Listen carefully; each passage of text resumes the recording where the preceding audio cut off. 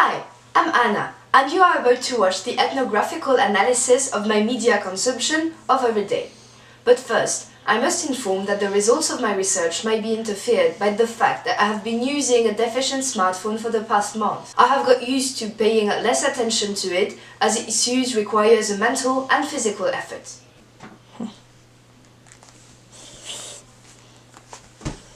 Moving on, I was able to find that I used both on my phone and on my computer the following platforms: Facebook and Messenger, YouTube, Gmail and Outlook, and Instagram. I would go on Facebook 7 times in the day, check Messengers 15 times when I receive a notification, YouTube would be open 3 times, and Instagram only twice. I was able to draw a form of routine in the use of these platforms. The first part of this routine would be my morning updates. I would check Facebook for 10 minutes as I wake up, knowing that the first content I see when I open Facebook are the articles of Le Monde, a French newspaper, and some cooking tutorials. Then, I would spend 15 minutes checking my messages on Messenger and catch up on what happened during the night, back home in France, get news from my friends and family overseas. Finally, I would take a look at Instagram for 10 minutes until I get fed up with ads and realize that I found no interesting content. Soon after getting up, I would turn my music on by using YouTube and its convenient function of suggestions based on my music consumption habits. This will go on until I leave the house for study and for work. Outside the house, I have no access to internet when I am not on campus, and the only times I would check my phone would be to know the time or check when I'd receive a text message. As soon as I turned my computer on at school, I would quickly check my university mails on Gmail and my personal mails on Outlook. I'd check those on morning and when I get back home. I would also turn my music back on as I reach home and check my social media from time to time. Before I go to bed, I would have a last quick look at my social media, as in the morning, but quicker. 5 minutes on Facebook, 5 on Messenger, and less than 5 minutes on Instagram. In sum, I would spend around 3 hours on media supports, including the ones I use to listen to music and which take an important amount of this time. Yet, I don't believe my consumption to be the same every day, as I took the example of a weekday during which I was busy.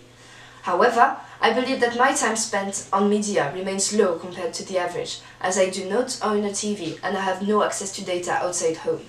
I also observe that I tend to keep away from my phone during the day at home, as I live with 2 roommates with whom I spend a lot of time. While I was surfing on the social medias, a few things caught my attention. The first observation was directed towards advertisement. Regardless of which type of media it was, I would often receive the same type of advertisement and in an overwhelming quantity. I received a lot of advertisement for medication, which is funny because I'm a hypochondriac, for various bank and credit options, and for discount distributors. Best Buy, Walmart, Amazon. Another fun fact, I am a broke student. These were absolutely everywhere. And as I made my journey through YouTube, I realized that the suggestion function that I was praising previously was actually made on the same scheme as the advertisements I received. I also realized that it was becoming hard for me to pick a song by myself and to discover new things that were not stemmed from promoted content. What I thought was my musical realm on YouTube was actually a golden cage of advertisement paid content designed for me. Another element that caught my attention was that even though I hadn't been ordering any clothes, perfume, makeup or jewelry online, I received a certain amount of advertisement related to fashion and looks on my Facebook feed. Acknowledging the fact that the only element that could be leading to such assumption by Facebook algorithm was my sex, I could realize that as much as I'd subscribed to content dedicated to gender equality, I was still largely targeted by gender stereotyped advertisements. I believe this was saying a lot about the general image of women consumption habits in our society.